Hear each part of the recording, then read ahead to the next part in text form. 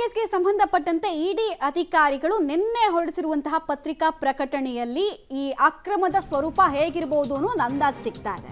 ಅಧಿಕಾರಿಗಳಿಂದ ಈ ಹಿನ್ನೆಲೆಯಲ್ಲಿ ಪಿಎಂಎಲ್ಎ ಆಕ್ಟ್ ಬಳಸಿ ಆಸ್ತಿ ಮುಟ್ಟುಗೋಲಾಗಿದೆ. ರಾಜಕಾರಣಿಗಳು ಅಧಿಕಾರಿಗಳಿಗೆ ಬೇನಾಮಿ ಆಗಿದ್ರ ಹೆಬ್ಬೆಟ್ ಜಯರಾಮ್ ಅನ್ನೋ ಪ್ರಶ್ನೆ. ಯಾಕಂದ್ರೆ ಇದೇ ವ್ಯಕ್ತಿ ಜಯರಾಮ್ ಅನ್ನುವಂತಹ ವ್ಯಕ್ತಿಯ ಮನೆ ಹಾಗೂ ಕಚೇರಿ ಮೇಲೆ 70 ಬಾರಿ ಇಡಿಯಿಂದ ದಾಳಿ ಆಗಿರೋದು.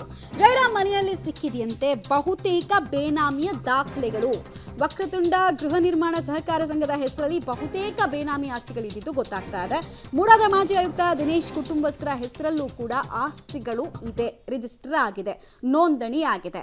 ಸೊ ಇದಕ್ಕೆ ಸಂಬಂಧಪಟ್ಟಂತೆ ಒಂದು ಡೈರಿ ಕೂಡ ಲಭ್ಯ ಆಗಿದೆ. ಇಡಿ ವಿಚಾರಣೆಯಲ್ಲಿ ಬರೆದುಕೊಂಡಿರುವಂತಹ ಡೈರಿಯಲ್ಲಿ ಇರುವಂತಹ ಹೆಸರುಗಳು ಮತ್ತು ಅದರಿಂದ ಕಕ್ಕಿಸಬಹುದಾದಂತಹ ಮಾಹಿತಿಗಳು ಏನು ಅಂತ ಬೆನ್ನು ಬಿದ್ದಾಗ ಇಷ್ಟು ದೊಡ್ಡ ಅಕ್ರಮದ ಸ್ವರೂಪ ಬಯಲಾಗಿದೆ. ಮತ್ತೆ ಡೇವನ್ನಿಂದ ಕೂಡ ಇದೇ ಅನುಮಾನ ಇದ್ದಿದ್ದು, ಬೇನಾಮಿಗಳು ತುಂಬಾ ಜನ ಇದರಲ್ಲಿ ಇದ್ದಾರೆ, ಹಲವು ರಾಜಕಾರಣಿಗಳದ್ದು ಅಂತ. ರೈಟ್, ಡೀಟೇಲ್ಸ್ ಕೊಡ್ತಾರೆ. ನೇರ ಸಂಪರ್ಕದಲ್ಲಿ ಜಾಯ್ನ್ ಆಗ್ತಾ ಇದ್ದಾರೆ ಕೆಪಿ ನಾಗರಾಜ್. 70 ಬಾರಿ ದಾಳಿ ಒಬ್ಬ ವ್ಯಕ್ತಿಯ ಮನೆ ಮೇಲೆ ಅಥವಾ ಕಚೇರಿ ಮೇಲೆ ಅಂತ ಹೇಳಿದ್ರೆ ಬಹಳ ದೊಡ್ಡ ನಂಬರು. ಮತ್ತು ಅಕ್ರಮದ ಸ್ವರೂಪ ಮತ್ತು ಈತನ ಬಗ್ಗೆ ಇಡಿಗೆ ಇದ್ದಂತಹ ಅನುಮಾನಗಳು ಎಷ್ಟರ ಮಟ್ಟಿಗೆ ಇದ್ವು ಅನ್ನೋದಕ್ಕೆ ಅದು ಉದಾಹರಣೆ ಅಂತ ಅನ್ಸುತ್ತೆ. ಸೊ ಈ ವ್ಯಕ್ತಿಯ ಮೇಲೆ ದಾಳಿ ಮಾಡಿದಾಗ ಇಡಿ ಅಧಿಕಾರಿಗಳಿಗೆ ಯಾವೆಲ್ಲ ಲೀಡ್ಗಳು ಸಿಕ್ಕಿದೆ ಮತ್ತು ಈ ವ್ಯಕ್ತಿಗೆ ಸಂಬಂಧಪಟ್ಟಂತೆ ಬೇನಾಮಿ ಆಸ್ತಿಗೆ ಸಂಬಂಧಪಟ್ಟಂತೆ ಏನೆಲ್ಲ ಅಂಶಗಳು ಗೊತ್ತಾಗಿದೆ ಅಂತ. ಮಮತಾ, ಕ್ಷಮಿಸಿ, ಒಂದು ಟೆಕ್ನಿಕಲ್ ಮಿಸ್ಟೇಕ್ ಆಗಿದೆ. ಅದು 70 ಗಂಟೆ ನಿರಂತರ 70 ಗಂಟೆಗಳ ಕಾಲ ನಡೆದಿರುವಂತಹ ರೈಡ್ ಅದು. ಯಾಕೆಂದರೆ ಮೈಸೂರಿನಲ್ಲಿ ಎರಡು ಮೂರು ಕಡೆಗಳಲ್ಲಿ ಇಡಿಯವರು ರೈಡನ್ನು ಮಾಡಿದರು. ಆದರೆ ಆ ರೈಡ್ಗಳು 10-12 ತಾಸುಗಳಲ್ಲಿ ಮುಕ್ತಾಯ ಆಗಿತ್ತು. ಆದರೆ ಮೂಡಾದಲ್ಲಿ ನಡೆದಂತಹ ರೈಡೇ ಹೆಚ್ಚು ಕಡಿಮೆ ಒಂದು 50 ಗಂಟೆಗಳ ಕಾಲ ನಡೆದಿತ್ತು. ಆದರೆ ಹೆಬ್ಬೆಟ್ ಜಯರಾಮ್ ಮನೆ ಮೇಲೆ ನಡೆದಂತಹ ರೈಡು ನಿರಂತರವಾದಂಥ 70 ಗಂಟೆಗಳ ಕಾಲ ನಡೆದಿತ್ತು.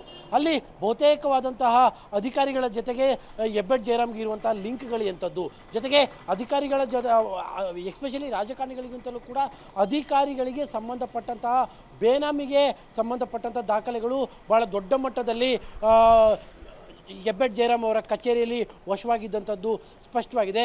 ಮತ್ತು ಅಲ್ಲಿ ಸಿಕ್ಕಿರುವಂಥ ಡೈರಿಗಳಲ್ಲಿ ಈ ಹಿಂದೆ ಮೈಸೂರು ನಗರಾಭಿವೃದ್ಧಿ ಪ್ರಾಧಿಕಾರದ ಆಯುಕ್ತರಾಗಿದ್ದಂತಹ ದಿನೇಶ್ ಅವರ ಸಂಬಂಧಿಕರುಗಳ ಹೆಸರುಗಳು ಕೂಡ ಆ ಡೈರಿಯಲ್ಲಿ ಮೆನ್ಷನ್ ಆಗ್ತಾ ಹೋಗಿರುವಂಥದ್ದು. ಇದೆಲ್ಲದನ್ನು ಕೂಡ ಗಮನಿಸ್ತಾ ಇದ್ದರೆ ಹೆಬ್ಬೆಟ್ ಜಯರಾಮ್ಗೆ ಕೇವಲ ರಿಯಲ್ ಎಸ್ಟೇಟ್ ಮಾತ್ರ ಅಲ್ಲ, ಈ ರೀತಿಯಾಗಿ ಅಧಿಕಾರಿಗಳ ಬೇನಾಮಿ ಆಗಿರುವಂಥದ್ದು ಸ್ಪಷ್ಟವಾಗಿ ಗೊತ್ತಾಗ್ತಾ ಇದೆ. ಹೀಗಾಗಿಯೇ ನಿರಂತರವಾಗಿ 70 ಗಂಟೆಗಳ ಕಾಲ ರೈಡನ್ನು ಮಾಡಿ ಮಹತ್ತರವಾದಂಥ ದಾಖಲೆಗಳನ್ನು ಕೂಡ ವಶಪಡಿಸಿಕೊಳ್ಳಲಾಗಿತ್ತು. ಆ ಹಿನ್ನೆಲೆಯಲ್ಲಿನೇ ಈಗ ಏನು ಒಟ್ಟು 144 ಸ್ಥಿರಾಸ್ತಿಗಳನ್ನು ಏನು ವಶಪಡಿಸಿಕೊಳ್ಳಲಾಗ್ತಿದೋ ಅದರಲ್ಲಿ ಹೆಬ್ಬೆಟ್ ಜಯರಾಮ್ ಮನೆ ಮೇಲೆ ಆ ಕಚೇರಿ ಮೇಲೆ ನಡೆದಂತಹ ರೈಡಲ್ಲಿ ಸಿಕ್ಕಿರುವಂತಹ ದಾಖಲೆಗಳಲ್ಲೇ ಅತಿ ಹೆಚ್ಚಿನ ಸ್ಥಿರಾಸ್ತಿಗಳನ್ನು ಇಲ್ಲಿ ಜಪ್ತಿ ಮಾಡಲಾಗಿದೆ ಅನ್ನುವಂಥ ಮಾಹಿತಿಗಳು ಈಗ ಲಭ್ಯವಾಗಿದ್ದಾವೆ. Mamata, okay, thank you KP. ತಮ್ಮ ಎಲ್ಲ ಮಾಹಿತಿಗಾಗಿ ಧನ್ಯವಾದ. 70 ಗಂಟೆ ನಿರಂತರವಾಗಿ ಈ ಹೆಬ್ಬೆಟ್ ಜಯರಾಮ್ ಮನೆ ಮೇಲೆ ದಾಳಿ ಆದಾಗ ಕಚೇರಿ ಮೇಲೆ ಏನೋ ಇದೆ ಇಲ್ಲಿ ಅಂತ ನಾವು ಕೂಡ ಅಂದ್ಕೊಂಡಿದ್ವಿ. ಸುಮ್ಮನೆ ಇಡಿ ಅಧಿಕಾರಿಗಳು ತಮ್ಮ ಸಮಯವನ್ನು ಹಾಗೆಲ್ಲ ವ್ಯರ್ಥ ಮಾಡಲ್ಲ.